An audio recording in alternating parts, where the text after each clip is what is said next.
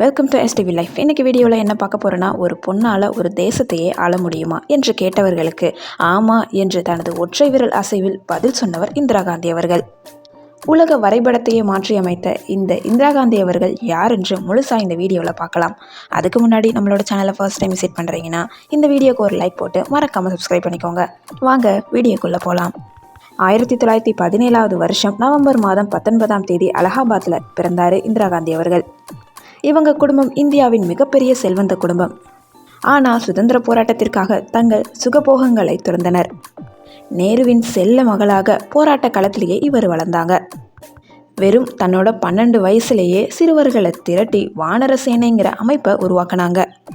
ஆங்கிலேயர்களுக்கு தெரியாமல் போராட்ட வீரர்களுக்கு ரகசிய தகவல்களை கடத்துவது தான் இவரது வேலை. அப்போதே அவரிடம் தலைமை பண்பு குடிக்கொண்டிருந்துச்சு. தந்தை சிறையில், தாய் உடல்நலக்குறைவால் வெளிநாட்டில். இந்திராவுக்கு கிடைத்தது எல்லாம் தனிமைதான். ரவீந்திரநாத் தாகூரோட சாந்தி நிகேதன்கிற ஸ்கூலில் படித்தாங்க. தாகூர் இவருக்கு கலை மற்றும் தேசப்பற்றை ஊட்டியதோடு பிரியதர்ஷினி என்ற பெயரையுமே சூட்டினாங்க. லண்டனில் படிக்கும்போது பெரோஸ் காந்தியுடன் காதல் ஏற்பட்டுச்சு. மதம் மாறிய தருணம் என்பதால் நாடு முழுவதும் எதிர்ப்பு கிளம்புச்சு. ஆனால் இந்திரா தன்னோட முடிவில் உறுதியாக இருந்தாங்க. 1942 இவங்களோட திருமணம் மகாத்மா காந்தியின் ஆசீர்வாதத்தோடு நடந்துச்சு. இந்தியா சுதந்திரம் ஆனதுக்கு அப்புறமா பிரதமர் நேருவுக்கு அதிகாரப்பூர்வமற்ற உதவியாளராக செயல்பட்டாங்க.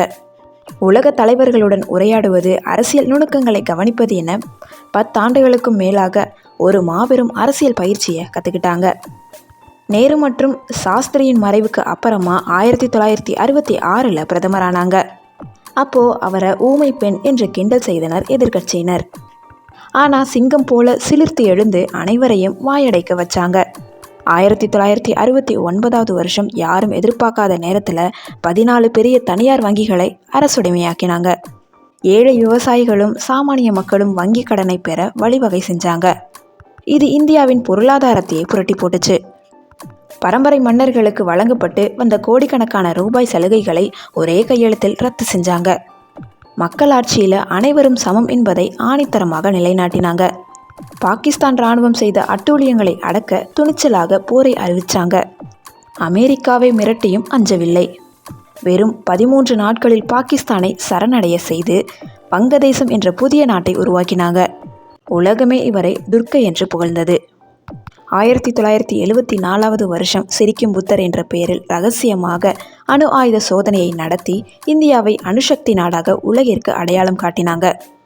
இதன் மூலம் இந்தியாவின் பாதுகாப்பை உறுதிப்படுத்தினாங்க.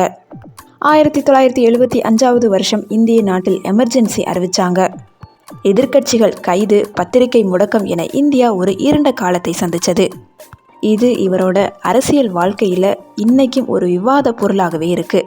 1977 வருஷம் தேர்தலில் படுதோல்வி அடைந்து சிறைக்கு சென்றாங்க. ஆனால் மனம் தளரவில்லை. மீண்டும் யானை மீது ஏறி சென்று மக்களை சந்திச்சாங்க. 1980 மக்கள் மீண்டும் இவங்களுக்கு பெரும்பான்மையான ஓட்டுகளை வழங்கி பிரதமராக்குனாங்க. பஞ்சாப் பிரிவினைவாதத்தை ஒடுக்க போர்க்கோவிலுக்குள் இராணுவத்தை அனுப்பியது பெரும் சர்ச்சையானது. இதனால் சீக்கியர்கள் கோபத்திற்கு ஆளானாங்க. தனது உயிருக்கு ஆபத்து என்று தெரிந்துமே தனது சீக்கிய பாதுகாவலர்களை மாற்ற மறுத்துட்டாங்க. 1984 வருஷம் அக்டோபர் மாதம் 31ஆம் தேதி தனது வீட்டின் தோட்டத்திலேயே சுட்டுக் கொல்லப்பட்டாங்க. நான் இறந்தாலுமே என் இரத்தத்தின் ஒவ்வொரு துளியும் தேசத்தை பாதுகாக்கும் என்று அவர் சொன்னது போலவே இந்திய வரலாற்றில் நீங்கா இடம் பிடிச்சிட்டாங்க இந்திரா காந்தி அவர்கள். இந்திரா காந்தி அவர்களோட வாழ்க்கை வரலாறு பற்றி நீங்கள் என்ன நினைக்கிறீங்கன்றதை கமெண்ட் செக்ஷனில் சொல்லுங்கள். இந்த வீடியோ உங்களுக்கு பிடிச்சிருந்துச்சுன்னா இந்த வீடியோக்கு லைக் பண்ணுங்கள், கமெண்ட் பண்ணுங்கள், ஷேர் பண்ணுங்கள். சப்ஸ்கிரைப் பண்ணாமல் பார்த்துக்கிட்டு இருந்தீங்கன்னா ப்ளீஸ் சப்ஸ்கிரைப் பண்ணிக்கோங்க. தேங்க்யூ ஸோ மச் ஃபார் வாட்சிங்.